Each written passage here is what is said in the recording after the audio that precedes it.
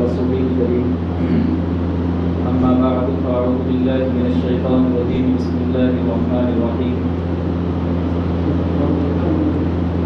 تبت يدا أبي لهب وتب ما أغنى عنه ماله وما كسب سيصلى نارا ذات لهب وامرأته حمالة الحطب في جيدها حبل من مسد صدق الله العظيم وصدق رسوله النبي الكريم ونحن على ذلك من الشاهدين والشاكرين والحمد لله رب العالمين. قابل قدر بزرگوں اور دینی اخوت و محبت رکھنے والے نوجوان بھائیوں،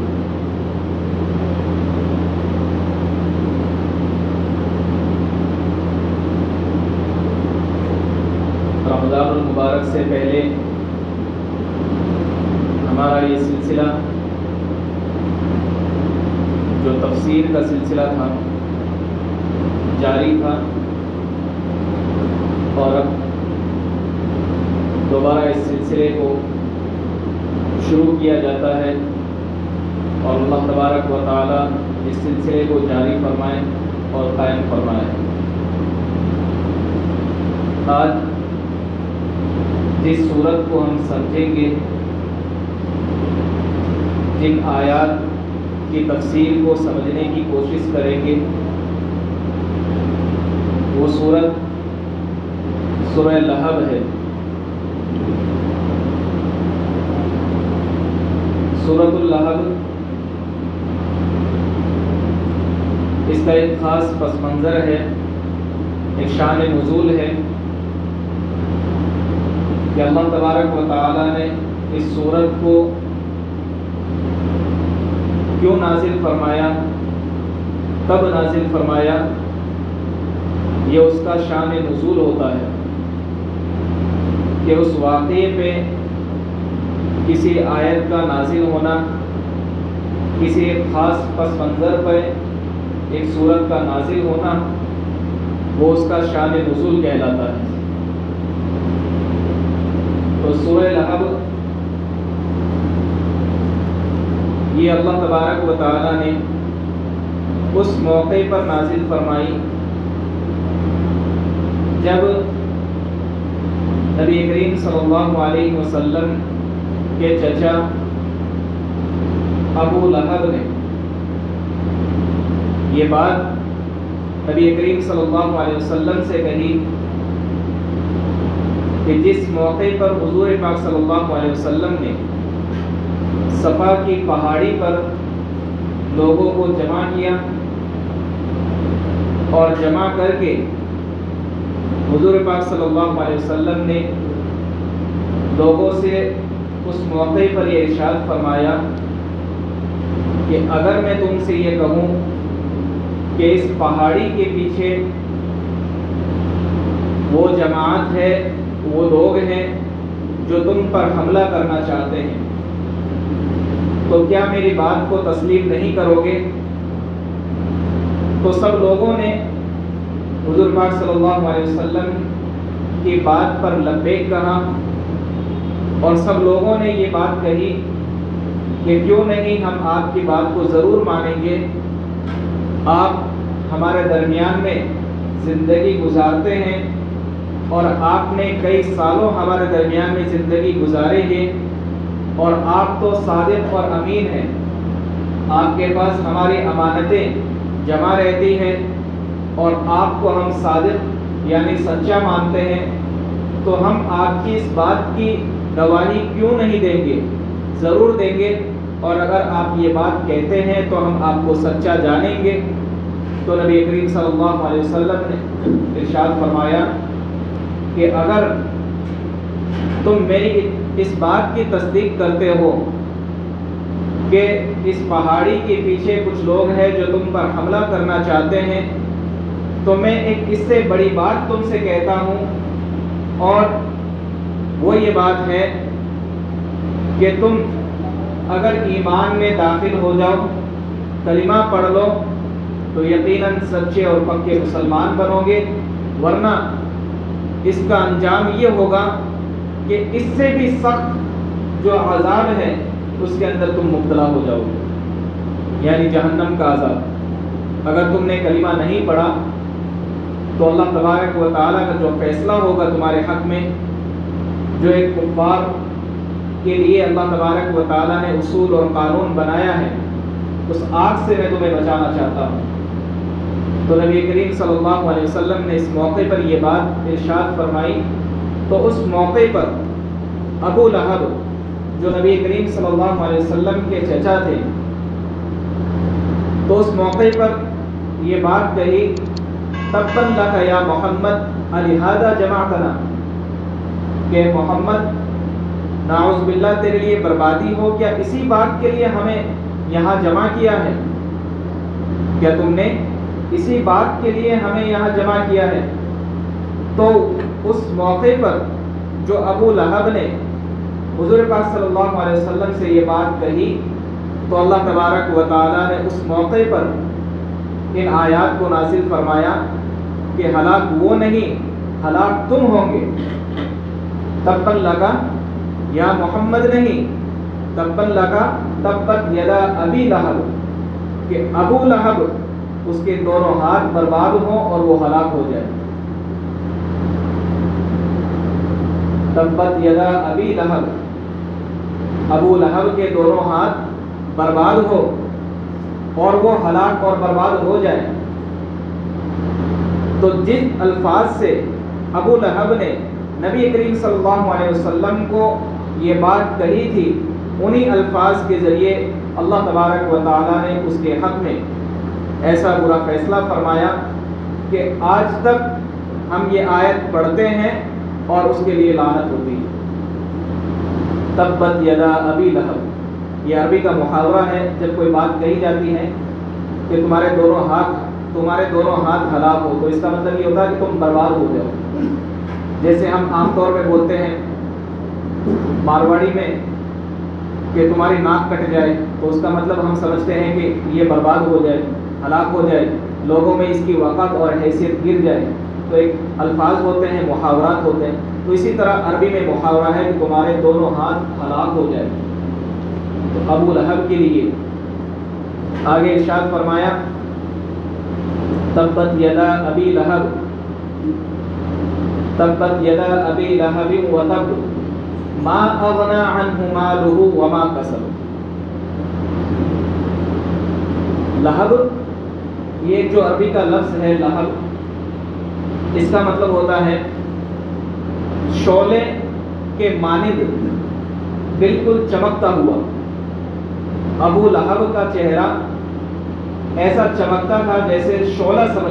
چمکتا ہے، جو آگ کا شعلہ ہوتا ہے وہ جس طریقے سے چمکتا ہے اسی طریقے سے ابو لہب کا چہرہ چمکتا تھا، تو اس لیے اس کا نام لوگوں نے ابو لہب رکھ دیا۔ حالانکہ اس کا نام عبد العزیٰ بتلایا جاتا ہے احادیث میں، لیکن ابو لہب اس لیے کہہ دیا کہ جس طریقے سے دیگر صحابہ اکرام کے اور دیگر لوگوں کے نام پڑے گئے، ان کے القاب سے ان کے نام رکھ لیے گئے، تو اسی طریقے سے ابو لہب کا چمکتا ہوا چہرہ تھا، تو اس واسطے اس کا نام ابو لہب رکھ دیا گیا، چمکتے ہوئے چہرے والا۔ تو اس موقع پر یہ آیات نازل ہوئی۔ آگے جو آیت ہے ما اغنى عنہ مالہ وما کسب، اس آیت کا ترجمہ ہے کہ نہ تو اس کا مال اور نہ اس کی کمائی، یہ دونوں چیزیں اس کے کام نہیں آئی۔ روایت میں آتا ہے کہ ایک مرتبہ اس سے کسی نے کہا کہ تم نبی کریم صلی اللہ علیہ وسلم سے کیوں دشمنی رکھتے ہو؟ حضور پاک صلی اللہ علیہ وسلم ایسی ذات ہے کہ جو سچے ہیں، صادق اور امین ہیں، تو تم کیوں ان سے دشمنی رکھتے ہو؟ تو ابو لہب نے کہا کہ میرے پاس پہلی بات تو یہ ہے کہ میں ان کو سچا مانتا نہیں، اور اگر خدا نہ خواستہ ایسا ہوا کہ یہ اللہ کے نبی ہوئے واقعتاً اور حقیقت میں، تو پھر میرے پاس اتنا پیسہ ہے کہ میں اپنے پیسے کے بل بوتے پر اللہ سے چھٹکارا پا لوں گا، نعوذ باللہ۔ تو جب اس نے یہ بات کہی، اسی بات کی طرف اشارہ فرمایا اللہ تبارک و تعالیٰ نے، ما اغنا عنہ مالہ وما کسب، کہ نہ تیری کمائی کام آئی اور نہ تمہارا پیسہ کوئی کام آیا، نہ مال کام آیا نہ کوئی کمائی کام آئی۔ ما اغنا عنہ مالہ وما کسب۔ آگے آیت ہے سیصلی نارا ذات لہب، کہ اس کے لیے یہ بھی فیصلہ ہو گیا کہ وہ عنقریب ایسی آگ میں داخل ہوگا جو شعلے والی آگ ہوگی۔ اور اس آیت میں جو لفظ اللہ تبارک و تعالیٰ نے استعمال کیا کہ جو ابو لہب کے لیے لہب بولا گیا، ابو لہب کو، وہی لہب یہاں پہ استعمال کیا گیا سیصلی نارا ذات لہب، کہ وہ آگ بھی ایسی آگ ہوگی جو شعلے والی آگ ہوگی، بھڑکتی ہوئی آگ ہوگی، اس میں اس کا انجام ہوگا۔ یہ تمام چیزیں ہونے کے باوجود وہ ان چیزوں کو مانتا نہیں تھا، نبی کریم صلی اللہ علیہ وسلم کی ذات اقدس کو جھٹلایا کرتا تھا۔ حالانکہ روایات میں آتا ہے کہ جو نبی کریم صلی اللہ علیہ وسلم کو قوت پہنچی ہے تو ان کے ایک چچا سے جن کا نام ابو طالب تھا، اور ایک چچا سے اتنی تکلیف پہنچی ہے کہ جس کے علاوہ دوسرے سے نہیں پہنچی اتنی تکلیف، وہ ابو لہب تھا۔ دونوں چچا تھے، ایک چچا سے ایمانی تقویت ملی جن کا نام ابو طالب تھا، اور ایک چچا سے بہت زیادہ تکلیف ملی جس کو ابو لہب کہتے تھے، اور اسی ابو لہب کا تذکرہ اس آیات میں، اس صورت میں، ان آیات میں۔ آگے جو آیت ہے وہ یہ ہے وَامْرَأَتُهُ حَمَّالَةَ الْحَطَبِ، یعنی ایسا نہیں ہے کہ صرف اور صرف ابو لہب ہی حضور پاک صلی اللہ علیہ وسلم سے دشمنی رکھتا تھا، وَامْرَأَتُهُ، اور اس کی بیوی بھی، جس کا نام ام جمیل ذکر کیا جاتا ہے، اس کی بیوی بھی ایسی تھی کہ تکلیف دینے میں وہ بالکل اپنے شوہر کے ساتھ کھڑی رہتی تھی، یعنی جہاں وہ دیکھتی کہ یہ لوگ نبی کریم صلی اللہ علیہ وسلم کو تکلیف دینے کے در پہ ہیں، ابو لہب اور اس کے ساتھی، تو وہ مکمل جو ہے ان کا ساتھ دیا کرتی تھی، اس کے ساتھ میں رہا کرتی۔ اسی لیے اس صفت کا یہاں تذکرہ ہوا حمالۃ الحطب، یعنی لکڑیاں جمع کر کے وہ لایا کرتی تھی۔ لکڑیاں حمالۃ الحطب کہتے ہیں لکڑیاں جمع کرنے والی، تو لکڑیاں وہ جمع کر کے جو لایا کرتی تھی۔ روایات میں آتا ہے کہ اس صفت کا تذکرہ یوں کیا گیا کہ وہ ایک امیر گھرانے کی عورت تھی، امیر گھرانے کی عورت ہونے کے باوجود اس کی کنجوسی کی انتہا یہ تھی کہ وہ لکڑیاں جمع کر کے اپنے پاس رکھا کرتی تھی۔ اور بعض روایات میں آتا ہے کہ اس کی عادت یہ تھی کہ وہ لکڑیاں جمع کر کے اپنی پیٹھ پر لاد لیتی اور جو ہے اس کو اپنے گلے سے باندھ لیتی، جس کا آگے والی آیت میں تذکرہ ہے فی جیدھا حبل من مسد، کہ گلے کے اندر، اپنے گلے میں بٹی ہوئی جو مونج والی رسی ہوتی ہے اس کو باندھ لیا کرتی۔ اور بعض روایت میں یہ بھی آتا ہے کہ جو اس کی صفت تھی لکڑیاں اکٹھا کر کے، وہ اس لیے ذکر کی گئی کہ جب کبھی حضور پاک صلی اللہ علیہ وسلم سفر کا ارادہ فرماتے یا اپنے گھر سے کوچ کرتے تو وہ ان کے راستے میں لکڑیاں اور کانٹے دار جو چھوٹی چھوٹی اور بڑی لکڑیاں ہوتی تھی وہ اس کو وہاں لا کر جمع کر دیتی تاکہ حضور کو تکلیف پہنچے، یہ اس کی عادت تھی۔ اسی لیے بعض روایات میں یہ بھی آتا ہے کہ جب ابو لہب کو تکلیف دی جائے گی جہنم میں تو اس کی بیوی سے کہا جائے گا کہ جہاں تیرا شوہر یعنی ابو لہب جس آگ کے اندر تڑپ رہا ہے، جو صفت تیری دنیا میں تھی کہ تو لکڑیاں جمع کرتی اور حضور کے راستے پر ڈال دیا کرتی، تو اب جس طریقے سے دنیا میں تو نبی کریم صلی اللہ علیہ وسلم پر ظلم کرنے میں اپنے شوہر کا اور ان کے ساتھیوں کا ساتھ دیتی تھی، تو اسی طریقے سے اب جہنم کی آگ جو ابو لہب پر برس رہی ہے، تو یہ لکڑیاں جمع کر کے اور اس کے جو جہنم کی آگ جل رہی ہے اس کے ایندھن کو اور تیز کر دیں، اور اپنے شوہر کو جو جس طریقے سے تو دنیا میں اس کا ساتھ دیتی تھی، ظلم کرتی تھی نبی کریم صلی اللہ علیہ وسلم کی ذات پر، اب تو اپنے شوہر پر اب اس کے انجام کو دیکھتے ہوئے اس کی آگ کو اور بڑھا۔ جس طریقے سے تو نبی کریم صلی اللہ علیہ وسلم کو ایذائے تکلیفیں دیا کرتی تھی، اب وہ تکلیفیں تو اپنے شوہر کو دے۔ تو یہ آیات کا ترجمہ اور یہ تفسیر ہے سورہ لہب کی۔ اس میں بہت ساری چیزیں ہمیں سیکھنے کو ملتی ہیں، بہت سارے سبق ہمیں ملتے ہیں، لیکن مختصر ایک سبق میں آپ حضرات کے خدمت میں پیش کرتا ہوں کہ ہمیں جو سبق اس سے لینا چاہیے۔ سب سے پہلی بات تو یہ کہ نبی کریم صلی اللہ علیہ وسلم جس مذہب کو، جس دین کو لے کر آئے، ہمیں دل و جان سے اس دین کو، اس مذہب کو اپنے دل میں اتارنا چاہیے اور دل سے اس کو قبول کرنا چاہیے، اور ہمیں اس پر مکمل عمل کرنے کی کوشش کرتے رہنا چاہیے۔ ورنہ جو دشمنوں کا انجام جس طریقے سے قرآن کریم میں ذکر کیا گیا، اللہ تبارک و تعالی ہم تمام کی حفاظت فرمائے۔ بہت سخت عذاب ہے، اور اس سے ہمیں یہ سبق ملتا ہے کہ ہم قرآن کریم میں عام طور پر دیکھتے ہیں کہ اللہ تبارک و تعالی نے